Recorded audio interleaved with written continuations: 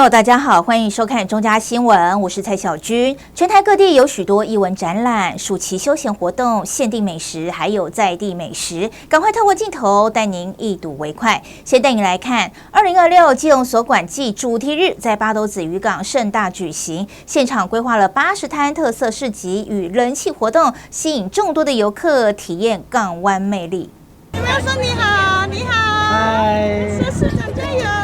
好可爱哦！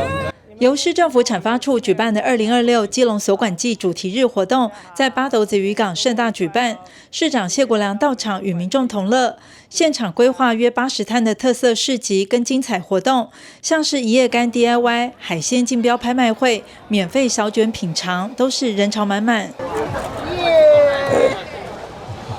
好，走了，谢谢。好，谢谢。好，谢谢。所管季哦，我们以为用发小卷试吃给大家，邀请大家来试吃。这小卷是用基隆在地的鲜甜又美味的小卷啊。另外我们产小班哦，还有剑虾、天妇罗来供应我们这些民众来吃来享受。就是欢迎更多的朋友来到我们碧沙渔港。碧沙渔港未来的雅果游艇码头也是获得了全台湾的促餐招商县市政府的第1名。去年昨天我们去领了3个第1名的奖项，所以也是几乎是县市政府里面最成功去年的一个促餐案件。在这边也恭喜我们的八斗子碧沙渔港。每年在主题日的时候，其实都是人山人海，但是就只有1天的时间，所以非常可惜。所以呢，我们今年就扩大整个所管月，就是每个周末我们都有办这个所管周中式，希望能够透过这样巡回的演出，让更多人在这个月里面能够充分更认识基隆所管季，然后透过一些市集、手作，还有这些所管的教育，让大家更深入了解这个所管季的由来跟这样的教育。基隆所管季主题日带领民众体验丰富的渔业特色之外，晚上舞台区还有音乐表演接连登场，让市民跟游客感受到满满的基隆港湾魅力。记者黄日升、陈淑平基隆报道。再带来看瑞丰市场旁飘香数十年的传统店面，贩售手工霸丸、米糕与面线羹，更有独特的古早味组合，深受在地老饕的喜爱。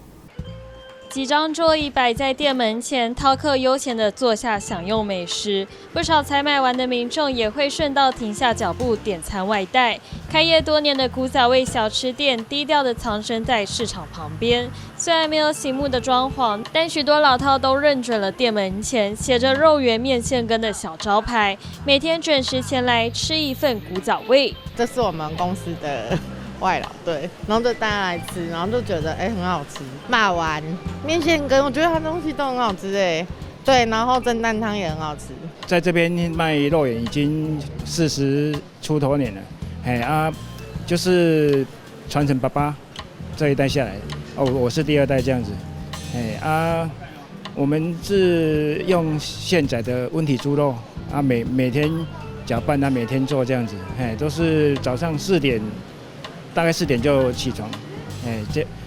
开始工作这样子。手工制作的肉圆颗颗饱满扎实，晶莹 Q 弹的外皮下包裹着鲜甜内馅。不少饕客都习惯搭配一碗面线羹，享受传统的经典组合。但在这里还有一种老饕都爱的吃法，一份 Q 弹肉圆再配上一碗热腾腾的蒸蛋汤，蒸蛋细致滑嫩，入口即化，与肉圆扎实 Q 弹的口感相互衬托，简单纯粹的滋味却令人回味无穷。那个面线羹就是古早味面线羹它勾芡比较偏甜一点点。大概有1/3的客人，他吃那个肉圆的话，他会配蒸蛋汤，蛮搭配的。飘香多年的古早味不仅成为许多人的重要回忆，也凭借着真材实料的用心制作，让低调的小店不论平假日，总能吸引不少民众前来光顾。记者洪俊杰、李品荣高雄报道。接下来要带你来看知名沙茶锅品牌小豪粥推出新品牌懒人堡，主打个人化的沙茶炉、南南堡与外带汤煮餐，延续100年的风味，展现转型布局。扁鱼慢火熬煮的汤头，融合冬菜、芹菜段、葱段、虾米、番茄等食材，再加入猪肉片和各式火锅料，宛如小豪州沙茶卤的精致缩小版。看准一人食与个人锅的市场需求，小豪州推全新品牌懒人包，主打轻松上桌、及时满足的锅物体验。那我们用的模式就是小州的汤头，然后我们还有研发一些我们的潮汕的特殊的料理，像我们的沙茶牛腩包，就是用小州的沙酱去炖的牛腩。那这样的口味是在台湾是我们只有独有的，只有在这边吃得到。招牌料理独门沙茶秘方，搭配炖煮软嫩的牛腩，酱香浓郁，完整包覆食材，每一口都能感受到百年传承的沙茶风味。另一道酸菜包以番茄入汤，结合猪肉片与高丽菜，酸香清爽，层次分明，连小朋友都相当喜爱。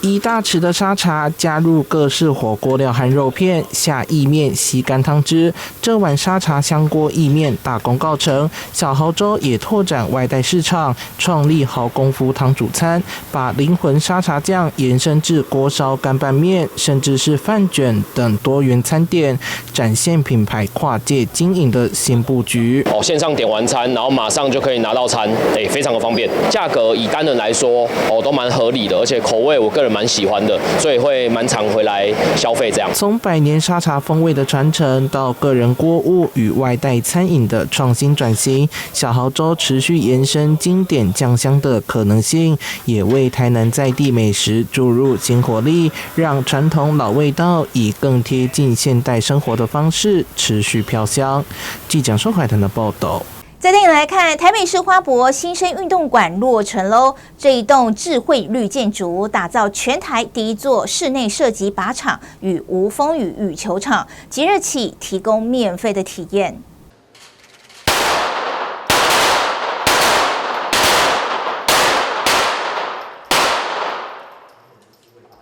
装弹预备，瞄准目标，展开射击。台北市新生运动馆的场馆以射击为核心，地下1楼建置全国首座25公尺火药枪低铅智慧靶场，设置 ISSF 认证电子靶机系统与负压空调，成为场馆亮点。我们这个新生运动馆是8个特色运动馆的首座落成哦。那我们这个馆的特色呢，是以无障碍友善以及射击当我们的这个特色运动馆特色。那我们在地呢是由我们的YMCA 来做经营，YMCA 的这个游泳课程也非常的厉害，所以呢这个新生运动馆呢大家精彩可期，希望更多的市民朋友可以来踊跃的使用，让我们的这个特色运动馆可以造福更多的朋友一起来推广运动。有关于这个靶场的部分呢，我们陆续YMCA 也会跟我们的总会合作来推广一些体验的课程。那另外呢，因为这个靶场非常的专业，我们也有这个基站设立在这边。那希望呢，在这个相关的这个赛事上面的成绩可以更加的提升。台北市第2运动中心首座新生馆启用，除了智慧靶场，也结合游泳池、羽球场、网球场、匹克球、体适能等各项多功能环境。为了庆祝启用，也推出免费体验活动，开放民众限量登记，免费使用。我还记得2024年7月，我们一样，当时聚在一起动工，当时大家就非常期待，哇，届时新生运动馆落成启用的样子。所以非常感谢我们各界的支持、协助、帮忙。让我们21个月，让新生馆完工启用。当然，最重要是我上任1周年的时候，当时我就宣誓要打造台北成为运动之都，而很重要就是选定台北市9处打造特色运动馆，因为台北市我们的运动中心已经有一段时间，最早的运动中心。也在我们中山区运动中心，而且累积到现在已经有超过1亿9000万人次，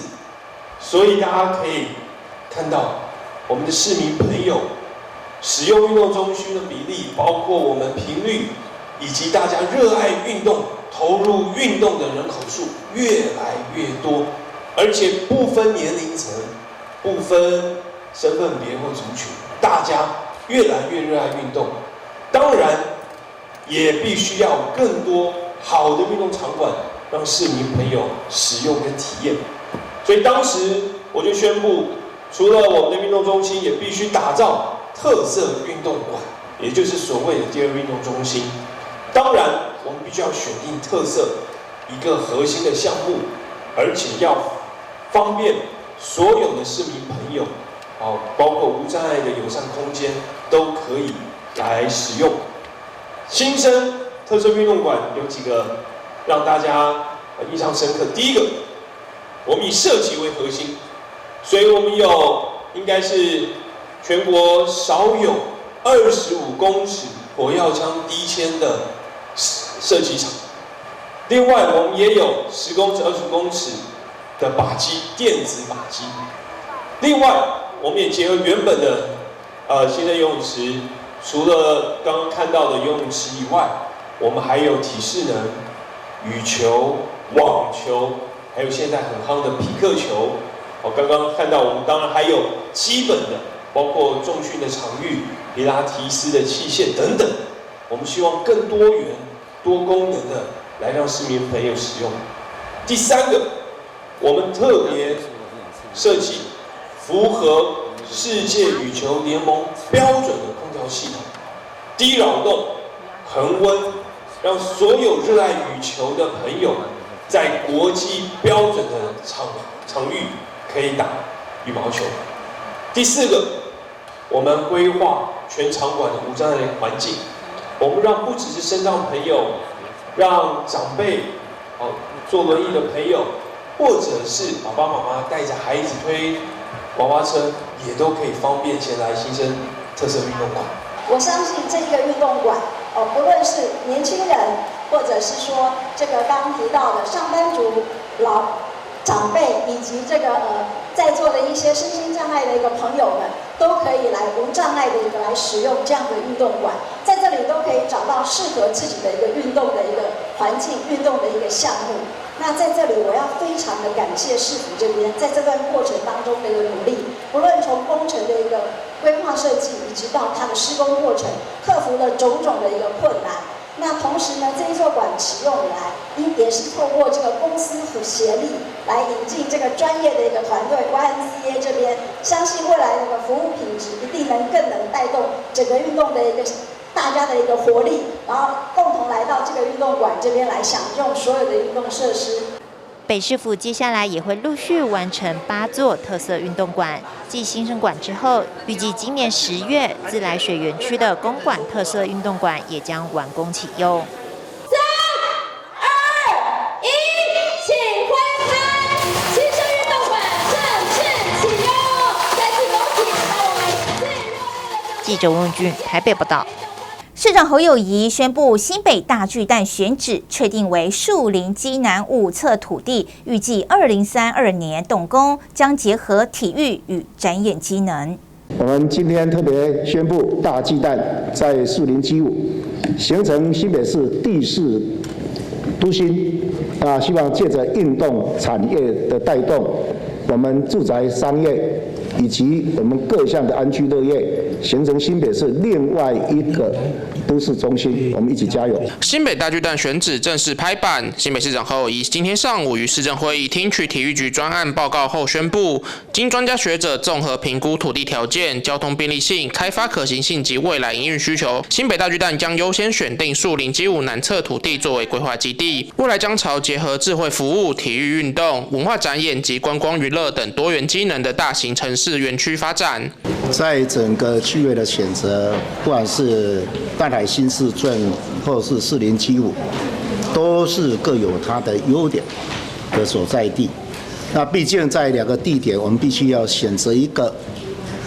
更适合在发展大巨蛋。所以经过23位的产官学界的代表们70几场的一个讨论，大家从环境、交通、永续3个面向26个指标来做的一个择定，我们就择定了树林基5作为我们新北大巨蛋的落脚处。那新北大巨蛋落脚在基务，我们特别看到在整个环境的上面是一个市中心，同时它的交通的路网不但有土四线，还有未来的板龙环河道路，以及再加上现有的65国三，还有我们周遭的台北路网。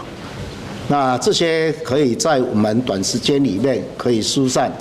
最少5万人，因为我们上次在新北美术馆我们办了一个活动，半个小时5万人次，透过台铁三林线还有公路路网就能够快速的疏散，所以这也是在交通运输网络里面一个很重要的一个选择。其实侯友宜前一天前往树林区办理行动治理时，谈及地方重大建设，便引发地方对大巨蛋选址的关注。不少里长及民意代表都期待大型场馆能落脚树林，带动地方发展。如今选址正式公布，也让地方多年来的期待迈出重要的一步。而长期关注新北大巨蛋落脚树林的新北市议员洪家军表示，地方多年来持续争取大型运动场馆，希望带动树林及周边区域整体发展。如今选址确定是重要的里程碑，未来也将持续监督市府，确保后续规划兼顾交通建设、地方需求及市民使用便利性。我想接下来市政府也会有节奏来推动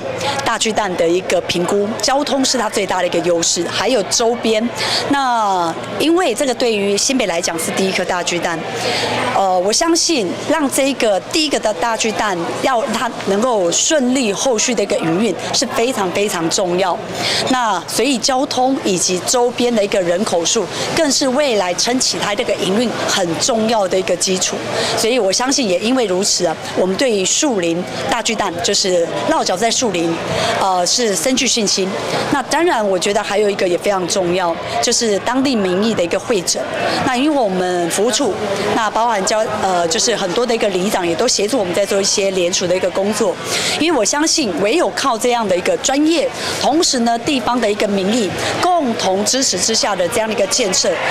它未来的一个从规划一直到营运整个一个过程才会更顺遂，也能够发挥它更大的一个在地的一个能量。所以我们会持续努力。新北市体育局表示，为了确保重大建设选址具备公信力，市府采2阶段评选方式，针对环境条件、交通条件及永续发展3大面向、7大类别、26项专业指标进行评估，并邀集23位跨领域专家学者参与审查。最终，树林基武南侧基地在26项评估中有18项指标表现最佳，因此获得最高共识，正式成为新北大巨蛋最适合建设的基地。新北市体育局指出，未来大巨蛋将以提早来、留下来、晚点走为设计理念，除了提供国际级赛事及大型演唱会场地外，也将结合商业、休闲、文化及观光等多元机能，延长民众停留时间，带动周边商业与地方经济发展。预计2032年正式动工，打造兼具国际视野、永续营运及城市发展效益的新北多功能大型场馆。记者肖世荣新北采访报道。接下来要带你来看桃园平镇宋屋公园争取到2500万元的经费，预计8月中旬动工，将增设客家花猫主题游戏场与全龄体健设施。位在桃园市平镇区的宋屋公园旁边紧邻着平兴宋屋里集会所、平兴国小以及联兴国际医院，绝佳的地理位置让这里成为平镇在地非常重要的生活核心。无论是刚下课的孩子、社区的长辈，还是医院的病友与家属，都时常来这里散步放松。宋屋公园因使用率高导致设备老旧，积水与地坪破损问题频传，曾酿成幼童跌倒意外。为解决安全隐患，地方民代与市府团队积极争取千万经费，进行全面翻修。这里可以说是平镇非常重要的一个生活的核心哦。但是过去呢，长期有积水，然后地面铺面老化的问题，所以伟业呢极力的争取2500万的经费来改善整个宋屋公园哦。所以之前呢，伟业也有跟地方的乡亲还有里长来召开了一次的地方施工前的说明会。我们广纳了地方的意见之后，我们也会采取分段的施作的方式，减少我们施工带来地方上无法使用的这种情形哦。这次的改造工程不仅仅是修补路面与改善排水，更是一次全面的升级。未来的松屋公园将以全龄共融、健康疗愈为核心设计理念，针对小朋友最爱的游戏区，将融入在地特色，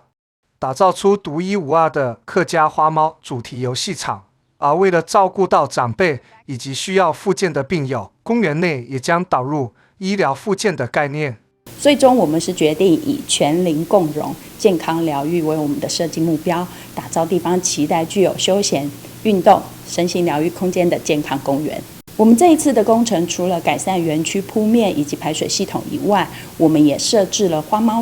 造型的特色游具，并且结合了医疗复健的概念，导入多功能健身器材组以及植栽的疗愈。我们这个工程呢，总经费大概是2450万。那目前我们在进行工程的招标，那工期大概要5个月左右。那预计呢，最快在8月中旬的时候，我们就会进行开工。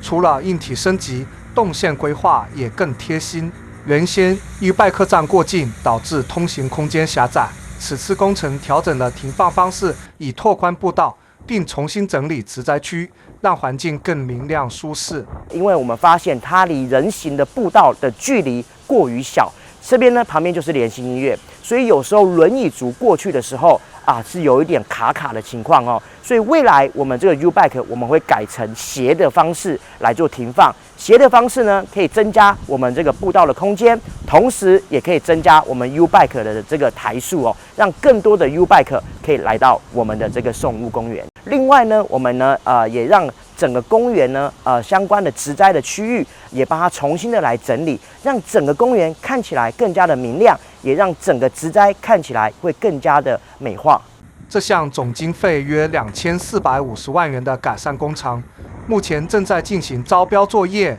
预计最快在8月中旬就会正式开工，整体工期大约需要5个月的时间。期待在不久的将来，这座崭新的旗舰型亲子友善公园能为平镇乡亲带来更优质、舒适的休闲生活。记者李成浩桃园采访报道。再带你来看，双北交通局推动 AI 公车站长，民众扫描 QR Code 即可24小时用国语、台语、英语查询路况，减轻驾驶的负担。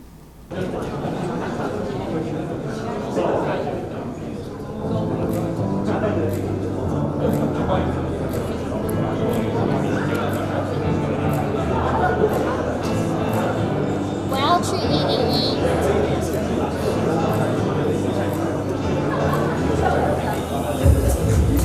因为地震力从新港国小前往台北101，台北国际接驳中心的乘车建议。用行动装置扫描候车亭或站牌上的 QR Code，AI 站长就会现身。为了提供民众更智慧便利的乘车服务，台北市与新北市交通局及台北市公车联营管理委员会与新北市公共汽车客运商业同业公会联手导入人工智慧技术，开发双北 AI 公车站长。即日起，在双北12000多个站点正式上线，从搭乘路线、候车站位、到站时间、停靠站资讯及票价，甚至东西掉在车上等问题，民众不用下载 App， 只要扫码就可以直接口语化的询问 AI 站长，并当场获得解答，让搭公车变得更简单、更方便。我们双北有12000多的站位，我们要全面把它上线，全面上线，所以各位。你们在站位上都有 QR Code 的 ，QR Code 只要扫码的时候，你用语音来问他，他就给你回答。电脑不止也要跟头刀，还要跟路线哦。我想以后大家民众只要在站牌拿出手机扫描这个 QR Code， 然后就可以问说这个 AI 站长，我们要怎么到达目的地哦。那我想这个是在全国来说都是一个创举。目前系统共支援国台语及英语3种语言，其中在地化的台语对搭车长辈更为友善，英语服务也方便来台观光的国外游客搭乘公车到各景点游玩。3不5时拢会找坐公车，毋过我看到一寡老人，还有一寡少年囡仔，有时伊要坐公车，讲要坐去什么所在，伊拢定伫咧看后壁迄牌仔面，讲哎呀，这站这个路线敢有到什么车槽，或是到什么病院。结果是讲，这样一个查下，对咱乘客足无方便的。所以我参领馆，我把参我们的总局长大概想讲，AI 这个时代科技已经很发展了，很发达了。咱一个坐车上车进前，看会使讲，先来问讲这台车确定会较去个国泰医院啊，用康商圈啊，确定了，咱再来坐这个车咱就使加做里边的公车迄个驾驶也袂做烦的，还专心开车。伫车顶的时候，免徛起来咧看这个资料，免咧问司机这个免插着别人这我想，这对这个规个社会伫咧公共运输的这个服务来讲拢是有正面的好的帮助。我来讲呢，即摆现代这个技术已经非常的进步啊。咱即摆用国语、英文甲用台语拢会通。当然，咱咧希望讲未来咧，会当讲更较侪国家的这个语言会当讲更较侪互咱的观光客不管是伫咧台北伫咧新北伫好的这个景点若要找这个交通的资料时，未上车，咱就有资料通好问啊。请启动。双北 AI 公车站长从7月起陆续在双北地区各个公车站位张贴专属 QR code， 预计9月底完成所有公车站位张贴。这段期间还没有张贴的公车站位，可以扫描既有的虚拟智慧站牌 QR code， 点选 AI 公车站长即可使用。主办单位也邀请大家一起来体验及训练双北 AI 公车站长，让这项全国首创的智慧语音服务更加完善。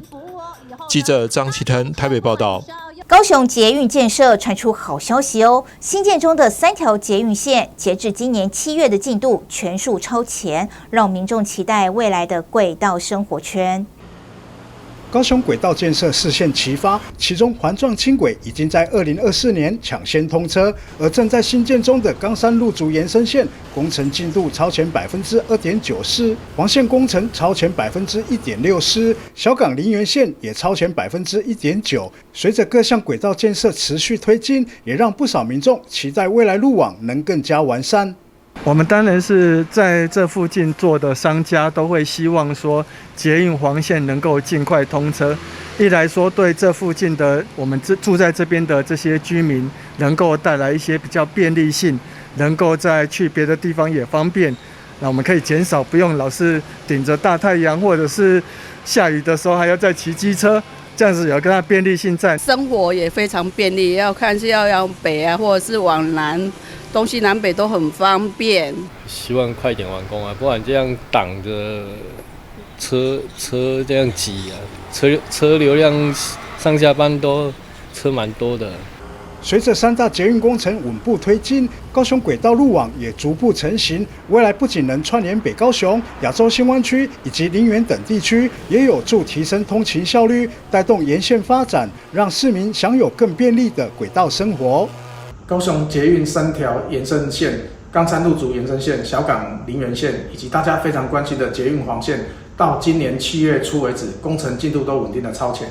那捷运工程的挑战非常多，从各标案的管线协调、用地取得及交通维持改道、工区现场的施工，都非常的不容易。那特别感谢市民朋友这段时间的体谅与支持，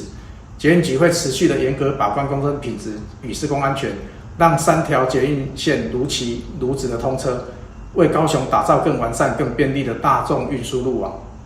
捷运局表示，虽然先前受到原物料价格上涨等因素影响，工程一度面临挑战，不过各工区持续赶工，稳步推进。目前3条捷运路线的整体工程进度都已超前，也将持续朝完善都市交通、提升市民通勤便利性的目标努力。记者李正道高雄报道。新台17线预计10月底开放德明路到南门圆环替代道路，议员呼吁周边未完工的工程应该要提早做好交通配套。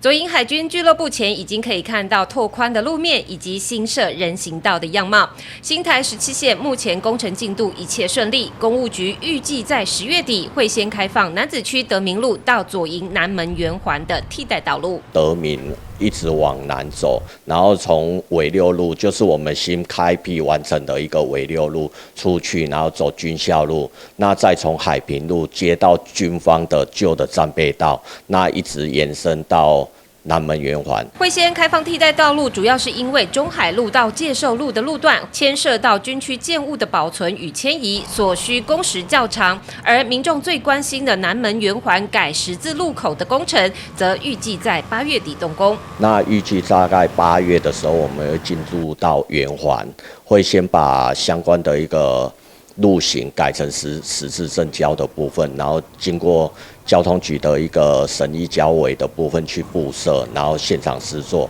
那10月底会把道路的部分完成通行。那在于10月底过后，大概就是只剩人行道跟周遭的一个停车场，还有相关的附属设施，预计年底会完成。由于10月底南门圆环就会以十字路型开始通车，届时大部分的路段还有架设围篱，因此市议员陈梅娟除了重申应该要修正陈丰路左转左营大路的转弯弧度外，也呼吁务必提早做好相关交通配套。当然我们是未雨绸缪啦，因为我住在那边那么久，我也一直认为说这样的路型改变对我们周边那些居民是不是能够适应哈？我觉得他们应该要有一些适度期的时候，应该赶快有一些告示哈，那做一些指示路牌之类的，那包括一些交警的义警的部分，都应该要做一些配套出来。新台17线是北高雄疏解车潮、串联半导体科技廊带的关键要道，而整体工程进度推动顺利，全线预计将在今年年底正式通车。届时不仅能大幅缩短楠梓与左营间的通勤时间，更会将彻底翻转北高雄的整体交通路网。记者魏国庆、吴佩珊高雄报道。再带你来看，桃园市扩大冻卵营养金的对象，一生好运卡新增配偶注记，并加码托运补助，完善孕前到育儿的支持体系。桃园市持续推动妇幼友善政策，张善政市长在日前正式宣布3大妇幼友善补助再升级，包含扩大冻卵营养金补助适用对象，一生好运卡新增配偶注记，以及加码友善托育补助，缩小公共托育设施跟准公共托婴中心的月费差距，从孕前、孕期到育儿各阶段完善妇幼支持照顾体系。适用对象包括红斑性狼疮、血液疾病、自体免疫的各种疾病，6种疾病我们也都把它纳入所以我们希望说我们现在这个范围逐步的扩大，把这些疾病有疾病的这些罹患疾病的这些妇女，她们如果说希望能够把健康的卵子及早的保存起来，同时一边进行治疗，我们都在旁边牵着她的手来配合她。第二，这个好运专车，好运专车是我们推出一个非常非常受到欢迎的政策。那么顾名思义，好运专车搭乘的人就是怀孕的妇女或是产后的妇女。那么今天我们宣布，老公也可以，配偶也可以，因为抚养小孩子，譬如说带小孩子去打预防针，这不一定要妈妈，爸爸也可以带。所以我们今天把这个好运专车这个卡注明了一生好运卡，可以再把你的配偶给登记上去，到时候配偶带着小孩子去做一些像刚刚讲的打预防针等等动作。一生好运卡现在只要注记，连配偶都能使用。冻卵营养金补助也扩大到25岁以下，经医生评估具影响生育功能风险适应者，每人终身最高有33000元补助。另外，在幼托方面，也将公立跟准公托的月费差距再缩小到1500元价差，让家长好放心。第一胎公托2000，准公托6000，差4000。那从8月1号开始，8月1号开始没错，8月开始，不管是第几胎，公托跟准公托的差距一律都压到1500。换句话说，这个现在第一胎公托是2000块，那么到准公托的话呢，只要付3500，差距从原来的4000块降到1500块。第二胎的话呢，公托1000块，准公托呢现在也压到2500。那么如果是托育人员的话，那差距呢就维持在1000块。第三胎的话全额补助，所以多多益善啊。我们宣布这些福利政策，主要就是让想要怀孕的妇女，刚刚讲的这些冻卵引浆补助，可能身体上面有一些罹患疾病，正要积极治疗，治疗过程里面不知道会不会影响卵子的健康，我们补助她，先把健康卵子保存起来。鼓励老公陪着老婆一起好好的照顾小孩，所以好运专车注记老公的这些身份，老公也可以帮忙太太一起好好的带小孩。第三，刚刚讲的这个生出来以后，第一胎、第二胎公托、准公托的这个差距都维持在1500，现在都超过1500，压到1500，多出来的部分是否补助？除了进一步的加码补助，市府5月起推动补助民间设置托婴中心实施计划，提供开办费及租金补助，鼓励民间到托育资源不足的地区设置。目前桃园、中壢、平镇、杨梅跟龟山等业者跟企业都有表达设置意愿，要打造让市民敢婚愿生乐养的桃园。是由赖伟一团报道。基隆地方创生团队将传统导览升级为实境解谜游戏，串联原住民文化会馆与八斗子，让游客透过沉浸式的体验，深度吸收在地文化。2026流动部落记忆节今年推出全新的山海猎人实境解谜，将生硬的部落历史化为8大关卡，让文化会馆周遭变身为大型解谜场域。那因为线上的模式是可以比较多元，然后语系也可以有所选择。那我们主要的关卡有8关，正滨渔港这边的关卡有我们的广场跟主陵祈求，再来第2关就是我们去那个5分车隧道，再来就是我们原住民文化会馆馆藏有哪些东西，接着就到后山，我们有彩虹桥，还有石板屋，还有那个瞭望台最后一个就是我们7号部落。我们希望让大家更知道我们原民的在地生活的故事，希望可以促进在地的旅游观光可以更顺。有别于过往走马看花的单向导览，今年的游戏全面数位化，甚至加了多语系系统。从会馆广场的祖灵传说一路解谜到后山的7号部落，连外国游客都能轻松上手。跟中央申请的计划，它就进行了深化，然后进行了医化跟不同语言的连结，可以选择不同的语言来进行更深入的了解，也让这个原住民的这个记忆跟生活可以透过这个外国人去体验之后，再分享到国际上去。这股实境解谜风潮同样席卷八斗子，结合大坪海岸的自然风光与飞鱼软香肠 DIY。地创团队设计了沉浸式故事线，游客必须走访景点，动脑解谜才能完成任务。以前都是做实体的导览，那因为导览做一做，很多人没有在听，但玩游戏大家都会玩，所以就把实境解谜跟导览串联在一起。那早上的话会带大家去海边潮间带，穿草鞋去看八斗子的大坪海岸。那下午的话就会玩解谜，还会做香肠 DIY。那中间元素都串联起来，那你必须要解开这个谜题，你才可以回去原来的世界。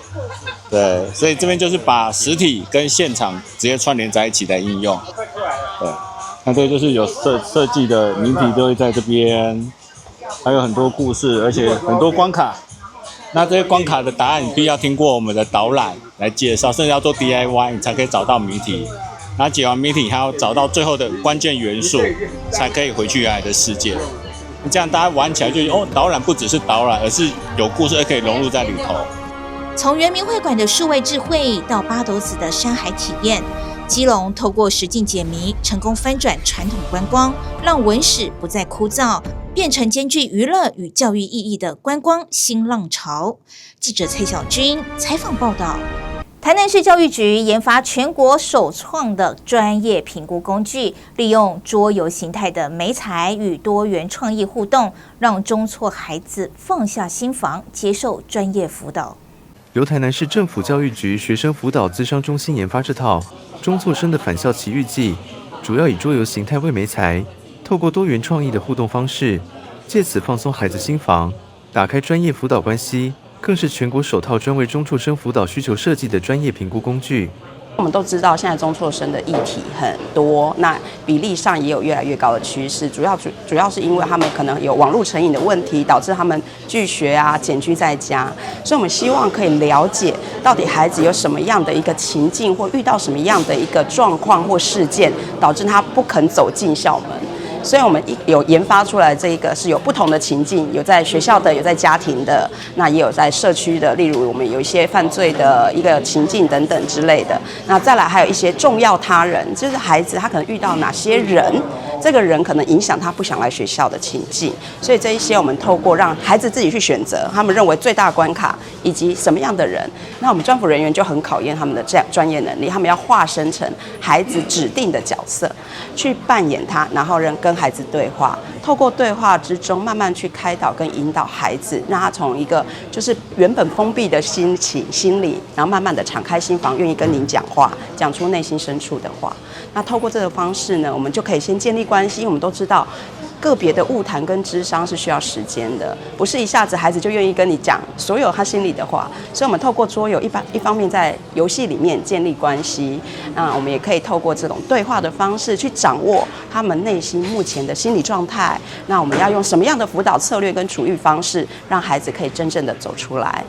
市政府教育局表示，针对来自逆境家庭孩子，每一位都有被深刻理解的渴望。透过有效的辅导策略与情境掌握，能让学生更适应校园生活。因此，辅导諮商中心融入生态系统与创伤知情等理论模式，透过游戏过程了解学生内在需求，进一步协助他们面对生命中难题。记者林莹跟台南采访 AI 播报。安南区公所深化安南旧将玩活动。出版新书《实在安南100位职人》，记录台江35位职人的故事，守护传统土地的美味。实在安南100位职人这本新书由台南大学张云书老师历时1年半深入调查，记录台江在地35位职人的故事，包括产地耕作、食材加工、传统餐饮等5大类。除了为台江的饮食物产与生活风土留下珍贵的记录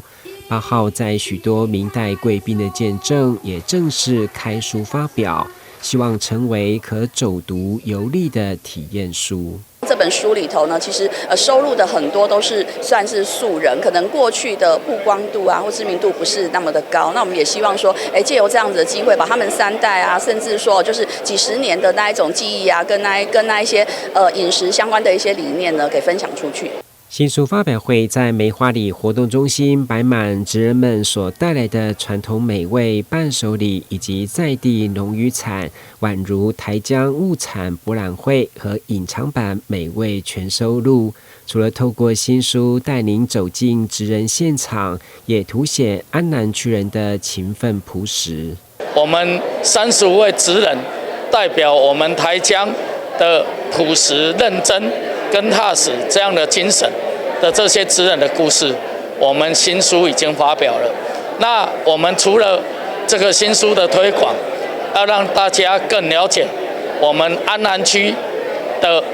人的特质以外，我们的美食美景，也希望更让大家知道我们的产业，也能够让大家更知道。现场安庆国小也带来环保食农教具和这学期所栽种的小米以及编织品，和大家一起探索小米的生命故事。加上来自安南区各里里长、各大庙宇、机关学校、厂协会代表都共襄盛举，场面相当热烈。市府副秘书长徐建林也代表市长致赠水滴造型讲座，象征职人汗水涓滴汇聚成河。该书除了典藏在国家图书馆，也赠送给台南市各图书馆以外，全书内容也已经登载于安南区公所官网。记者郭恩吉台南报道。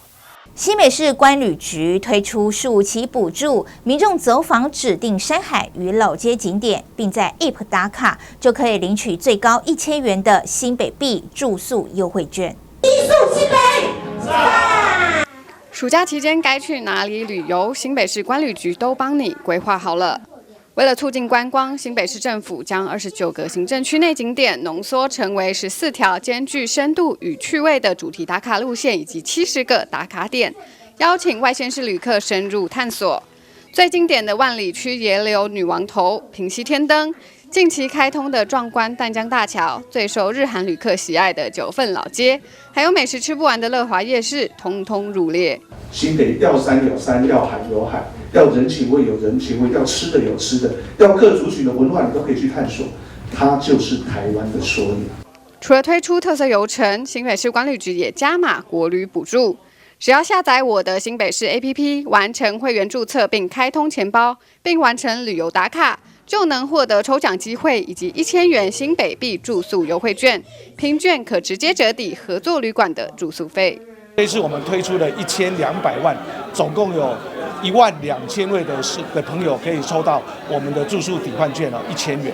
那所有的这个旅游今年走过以后，我们还可以参加我们的摸彩，我们的奖品有高达500万。所以其实最重要的目的是台湾非常的美，这块土地其实大家耕耘得非常好。我们希望我们国人可以到新北市来玩，在我们的新北市留下足迹，不要赶路，好好的去感受，你一定会对这块土地有感动。新北市观旅局解释，活动总经费达1200万，首波共8000张住宿券等着旅客领取。数位集章换奖励的方式，希望能够延长旅客停留时间，带动旅宿产业与周边商圈商机。旅行不再只是走马看花，而是透过足迹深度了解新北市文化与特色。记者张瑞瑜采访报道。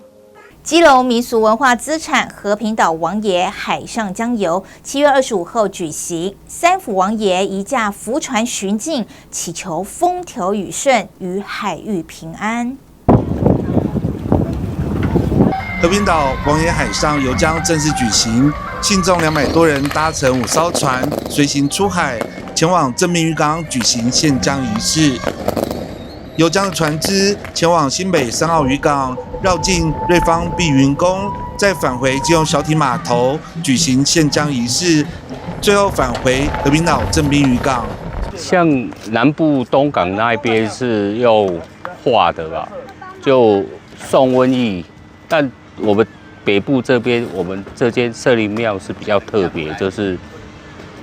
王爷的交通工代天巡守的交通工具，他就是坐着王船，然后去巡视我们北海岸，然后一些有功跟我们一些分灵出去的庙宇，这样子。和平岛社灵庙的3府王爷承载了200多年来地方居民和海洋共生的记忆。和平岛王爷海上游江已经登录为基隆市民俗文化资产，包括民政处长吕庆伟、副处长盛惠忠及文官局长江庭梅都亲自到和平岛迎接返港的王爷神尊和随行的民众。环团季也办了10几年，也感谢这些好朋友、这些姓氏都来，今年快到400个人。对，我们网络一报名就很多人。那我们这边的是不烧船，我们不烧船，我们跟东龙公会比较不像。比较感谢的就是我们去年有得到一个那个文化无形资产，在文化部里面有得到。那也感谢基隆市政府，我们都是用游江的，然后回来我们会住宅在我们的庙里的左边。对，还蛮殊胜的啦，很庄严啊！希望大家能够踊跃来共襄盛举。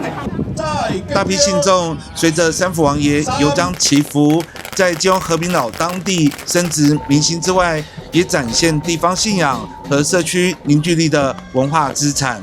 记者黄少明基隆报道。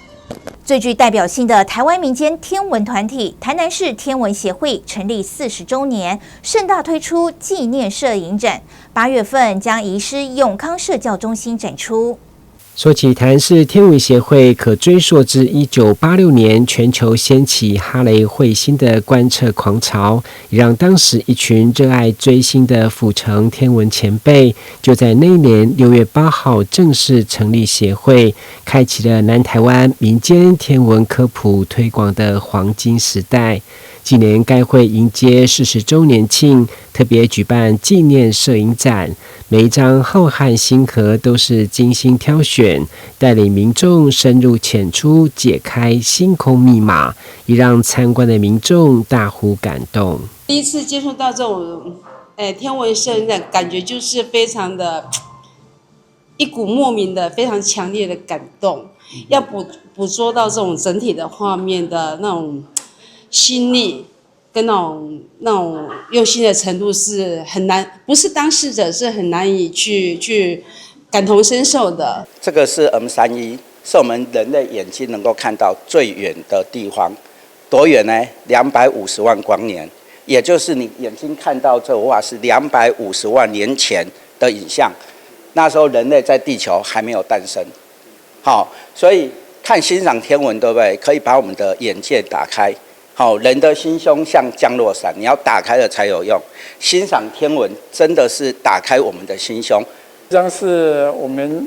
太阳的8字星机，那我是每隔10天，就是说10号、20号、30号，然后到安平的那个渔港黄波堤上面，然后呢拍下呢这个太阳它的一个白点。那我拍了1年总共有36颗，然后呢加上最后1颗呢就是地景。这个地景就是冬至的时候的太阳。那最后一张我贴上去的时候，这个我眼睛一亮我女儿刚好在我电脑后面走过去的时候，爸爸，这个好像天空的一串珍珠。40年来，台南市天文协会始终秉持普及天文科学、分享星空之美的初衷，不仅带动天文观测风气，更积极走入社区办理讲座和观测营，从不间断。我每一个月有天文路边摊。我们提我的天文器材，给民众看月亮，还是看星星，就是看土星有土星环，木星有红斑四大卫星。所以真侪人来讲，唔知影阮台南有台南市天文协会这个人民团体，伊唔知所以阮拢会一直强调讲，阮是一个推广性质的，阮无收钱，看免钱，对。然后这些提供的天文器材，拢是阮干部私人的。天文协会人，大家人拢是心胸足开阔，因袂暗度啦，因袂讲我翕到这我是什么技术，袂使互别人知影。伊我翕到，人哎呀你哪安尼翕来我教你，伊会带你去，所以是天文学会跟其他的学会无共款的所在。那有的人，我像阮天文学会呢，那是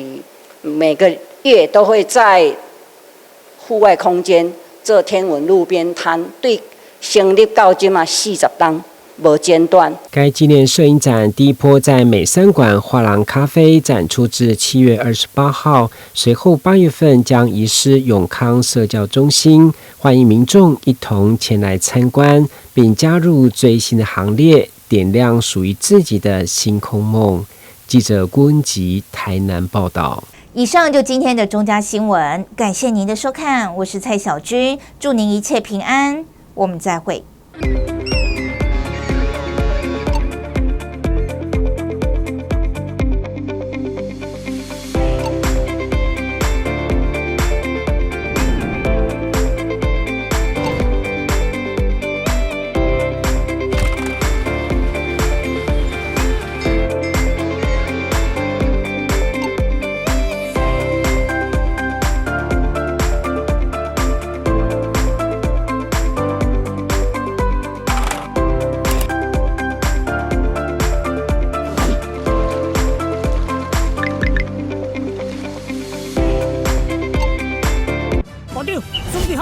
票大的人吗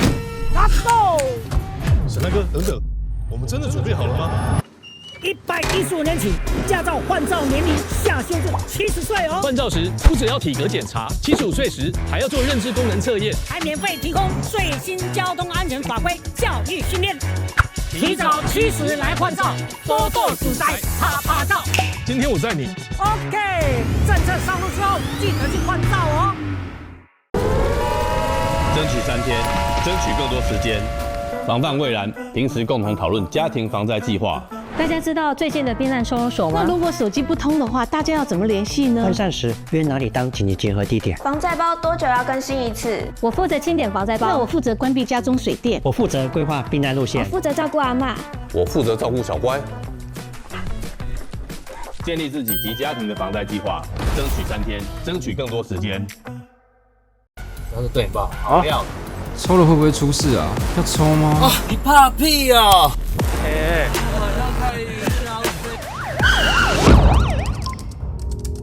你知道抽到我们台湾是违法的吗？我朋友他们就说，偶尔抽一下放松一下没关系的，而且我可以控制的。你觉得你可以控制？可是昨天你在路上驾驶，差点发生事故。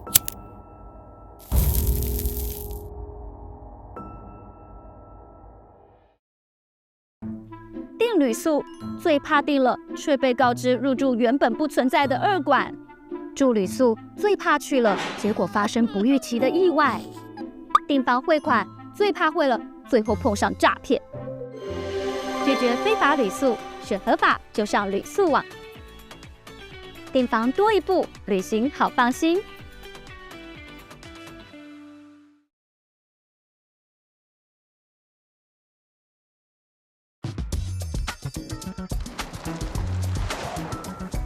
证件麻烦一下。我这边有更爽的。毒品唾液快筛。我不要啊！拒绝检测，重处18万元，当场执行人车分离，还会吊销驾照。不然我接受检测好了。